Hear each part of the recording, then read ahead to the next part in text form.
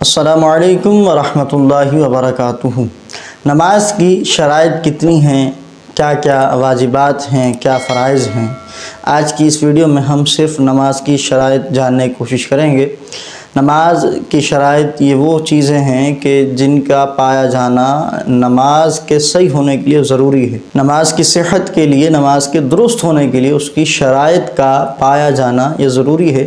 اگر ایک شرط بھی نہ پائی جائے تو نماز درست نہیں ہوتی۔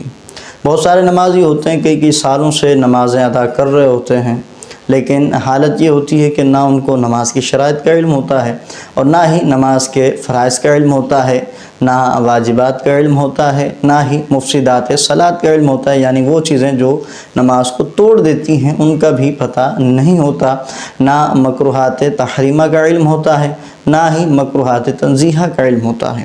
تو یہ سلسلہ ہم شروع کرنے جا رہے ہیں انشاءاللہ، وقتاً فوقتاً اس پر ویڈیوز انشاءاللہ آتی رہیں گی نماز کے مسائل کے حوالے سے۔ تو یہ جو آج کی ویڈیو ہے یہ خاص نماز کی شرائط کے حوالے سے ہے۔ کسی بھی چیز کی جو شرط ہوتی ہے اس شرط کا پایا جانا اس چیز کے پائے جانے کے لیے ضروری ہے، یعنی شرط ہوگی تو وہ چیز پائی جائے گی۔ مثال کے طور پہ یوں سمجھیے کہ ایک بچے کے پیدا ہونے کے لیے اس کے والدین کا پایا جانا ضروری ہے۔ ماں باپ ہوں گے تو ہی بچہ پیدا ہوگا، بیٹا پیدا ہوگا۔ تو بیٹے کے وجود کے لیے ماں باپ کا وجود یہ ضروری ہے۔ سمجھیں کہ بیٹے کے پیدا ہونے کے لیے میاں بیوی کا ہونا یا اس کے ماں باپ کا ہونا یہ شرط ہے۔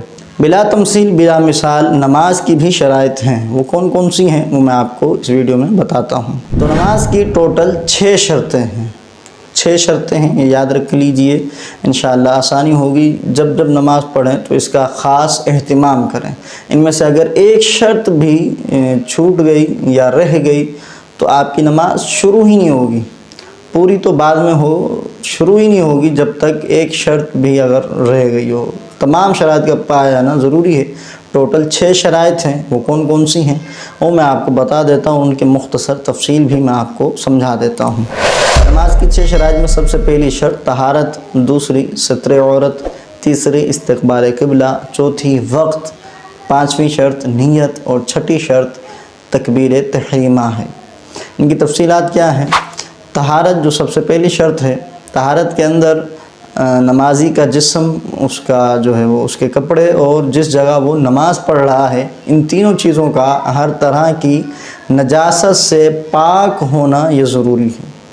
اگر نمازی کا جسم یا کپڑے یا جس جگہ نماز پڑھ رہا ہے ان میں سے کوئی ایک چیز بھی اگر ناپاک ہوئی تو پھر یہ جو ہے وہ شرط نہیں پائی جائے گی۔ جب یہ شرط نہیں پائی جائے گی تو اس کی نماز بھی درست نہیں ہوگی۔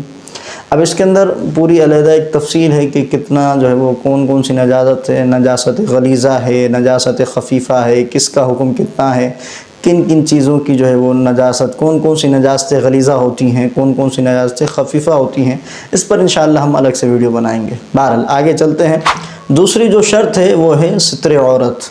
ستر عورت کیا ہے کہ چھپانے والی جگہوں کو چھپانا، یعنی ایک نمازی کے لیے جو چیزیں چھپانے والی ہیں وہ اس کو چھپائے، یہ اس کے لیے ضروری ہے، یہ اس کی شرط ہے۔ مرد کیا چھپائے، عورت کیا چھپائے، یہ الگ الگ ہے۔ مرد کا ستر عورت کیا ہے؟ مرد کا ستر عورت یہ ہے کہ ناف کے نیچے سے لے کے گھٹنوں سمیت جو جو اعضاء آ رہے ہیں ان سب کو چھپانا یہ مرد پر لازم ہے، شرط ہے۔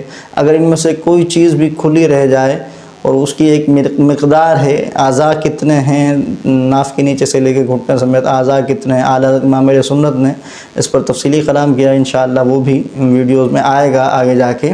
بہرحال تو اگر ان اعضاء میں سے کوئی بھی عضو ایک خاص مقدار تک کھلا رہ جائے اور جو ہے وہ کتنی دیر کھلا رہے اس کی بھی تفصیل ہے، وہ انشاءاللہ آگے والی ویڈیوز میں آئیں گی۔ تو ناف کے نیچے سے لے کے گھٹنوں سمیت کا حصہ یہ مرد کا ستر عورت ہے۔ تو وہ حضرات جو پینٹ شرٹ میں نماز پڑھ رہے ہوتے ہیں ان کو چاہیے کہ وہ شرٹ تھوڑا بڑی پہنیں تاکہ نماز میں آسانی رہے، کہ جب پینٹ شرٹ والے حضرات نماز پڑھ رہے ہوتے ہیں تو رکوع میں جب جاتے ہیں تو پیچھے سے جو شرٹ اٹھ جاتی ہے، اسی طرح جب سجدے میں جاتے ہیں تو اس وقت بھی شرٹ جو ہے وہ تھوڑا اٹھ جاتی ہے۔ تو اکثر اوقات دیکھنے میں اس طرح کے خطرناک مناظر آ رہے ہوتے ہیں کہ ستر عورت جو مرد کا ہے ناف کے نیچے سے وہ پیچھے کی سائڈ سے جو حصہ ہے اس کا کمر میں وہ دکھائی دے رہا ہوتا ہے، اور بعض اوقات جو ہے وہ شرمگاہ بھی جو ہے وہ دکھائی دے رہی ہوتی ہے۔ اس طرح کے مناظر ہوتے ہیں، بہرحال پیچھے والوں کی نمازیں بھی خراب ہوتی ہیں، اس طرح نہیں کرنا چاہیے۔ لہذا جو پینٹ شرٹ پہنتے ہیں ان حضرات سے میری گزارش ہے کہ جو ہے وہ تھوڑا اہتمام کریں، شرٹ بڑی رکھیں تاکہ دوسروں کی نماز آزمائش میں نہ چلی جائے۔ عورت کا ستر عورت کیا ہے، یعنی اس کے چھپانے والے اعضاء کون کون سے ہیں؟ تو یاد رکھیے عورت کا پورا جسم ہی ستر عورت ہے، یعنی وہ پورا ہی چھپانے کا ہے۔ بعض علماء نے کچھ تخفیفات دی ہیں کہ منہ کی جو ٹکلی ہے بالوں کے علاوہ، یہ صرف منہ کا ایریا اس کو ظاہر کر سکتی ہے نماز پڑھتے ہوئے، اور دونوں ہتھیلیاں اتنی اس کو ظاہر کر سکتی ہے، اور دونوں جو ہے وہ تلوے پاؤں کے اس کو بھی ظاہر کر سکتی ہے۔ اس کے علاوہ پورا جسم عورت کے لیے چھپانا یہ ضروری ہے۔ عورت کو اپنے بال بھی چھپانا ضروری ہے۔ بعض عورتیں جو ہے نماز پڑھتے ہوئے ململ کے باریک دوپٹے پہن لیتی ہیں، جس سے کیا ہوتا ہے کہ دوپٹے کے اندر سے بالوں کی سیاہی جو ہے وہ سامنے آ رہی ہوتی ہے، چھلک رہی ہوتی ہے۔ تو اس طرح کا اگر دوپٹہ پہنا کہ سیاہی جو ہے وہ نظر آئے اس کپڑے میں سے، اس دوپٹے میں سے، تو یہ شرعاً درست نہیں ہے۔ ایسی عورت کی نماز شروع ہی نہیں ہوئی، کیونکہ شرط پوری نہیں پائی گئی۔ ستر عورت کی جو شرط تھی اس کے اندر کوتاہی پائی گئی ہے، لہذا ایسی عورتیں جو ململ کے باریک ریشم کے باریک کپڑوں میں نماز پڑھتی ہیں ان کی نمازیں درست نہیں ہیں۔ تیسری جو شرط ہے وہ استقبال قبلہ ہے، یعنی نمازی کا سینہ اور اس کا منہ جو ہے قبلے کی طرف ہو۔ اب قبلہ عین کعبہ سے کتنا ہٹے تو نماز اس کی ٹوٹ جاتی ہے۔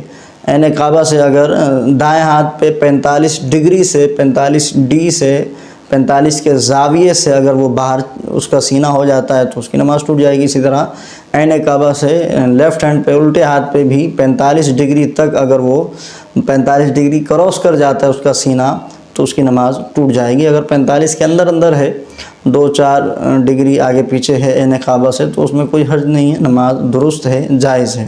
چوتھی جو شرط ہے وہ ہے وقت، یعنی جو نماز پڑھ رہے ہیں اس کا وقت ہونا یہ ضروری ہے۔ ظہر کی نماز پڑھ رہے ہیں تو ظہر کی نماز کا وقت ہونا یہ ضروری ہے۔ پتہ چلے عصر کا وقت داخل ہو گیا اور حضرت جو ہے وہ ظہر کی ادا نماز پڑھ رہے ہیں تو یہ درست نہیں ہے۔ عصر کی نماز پڑھ رہے ہیں تو عصر کا وقت ہونا ضروری ہے۔ عصر کی نماز میں مغرب کی نماز نہیں ہو سکتی اور ظہر کی نماز بھی ادا نہیں ہو سکتی۔ البتہ قضا نماز ادا کر سکتے ہیں کسی اور نماز کے وقت میں، جو پہلے نماز چھوٹ گئی قضا کی نیت سے اس کو ادا کیا جا سکتا ہے، یہ جائز ہے۔ پانچویں جو شرط ہے وہ ہے نیت، یعنی جو نماز پڑھ رہے ہیں اس کی نیت کا موجود ہونا ضروری ہے۔ نیت دل کے ارادے کو کہتے ہیں، زبان سے بھی اگر نیت کر لیں گے تو یہ درست ہے، جائز ہے، بلکہ علماء نے اس کو افضل قرار دیا ہے۔ نیت کا ادنا درجہ علماء نے یہ بیان فرمایا کہ کوئی اگر پوچھے کہ کون سی نماز پڑھ لو تو بندہ فوراً بتا دے کہ میں ظہر کی نماز پڑھ رہا ہوں یا عصر کی نماز پڑھ رہا ہوں، جو بھی نماز وہ پڑھ رہا ہو تو اس کا وہ فوراً بتا دے، تو اتنا کم از کم اس کے ذہن میں اس کے دماغ میں موجود ہونا یہ ضروری ہے۔ چھٹی جو شرط ہے وہ ہے تکبیر تحریمہ، یعنی نمازی کا اللہ اکبر کے ذریعے نماز کو شروع کرنا، یہ چھٹی شرط ہے۔ تو یہ نماز کی 6 شرائط تھیں جو میں نے آپ کے سامنے بیان کی ہیں۔ امید ہے یہ ساری شرائط آپ سمجھ چکے ہوں گے۔ ان شرائط کو اچھے سے یاد کر لیجئے اور ہر وقت ذہن میں رکھیے، اور جب بھی نماز پڑھنے کے لیے کھڑے ہوں تو ان کا لحاظ ضرور رکھیے، ان ساری شرائط کو پورا کیجئے۔ یہ شرائط پوری ہوں گی تو آپ کی نماز درست ہوگی، شروع ہوگی، اور اگر یہ شرائط پوری نہ ہوں، ایک بھی شرط اگر کم ہوئی، پوری نہ ہو، تو پھر نماز آپ کی شروع ہی نہیں ہوگی۔ اس کو یاد کرنے کا آسان طریقہ ہے، ایک لفظ یاد کر لیجئے، لفظ ہے تصاونت، طا سین الف واو نون تا، تصاونت۔ اس لفظ کو یاد کریں گے تو یہ ساری شرائط یاد ہو جائیں گی۔ تصاونت میں طا ہے، طا سے مراد طہارت، سین ہے، سین سے مراد ستر عورت، اور اس کے بعد ہے الف، الف سے مراد استقبال قبلہ، اس کے بعد ہے واو، واو سے مراد وقت، اس کے بعد نون ہے، نون سے مراد نیت، اور آخر میں تا ہے، تا سے مراد تکبیر تحریمہ۔ تو یہ لفظ تصاونت کو آپ یاد کر لیں گے تو یہ ساری نماز کی شرائط آپ کو یاد ہو جائیں گی۔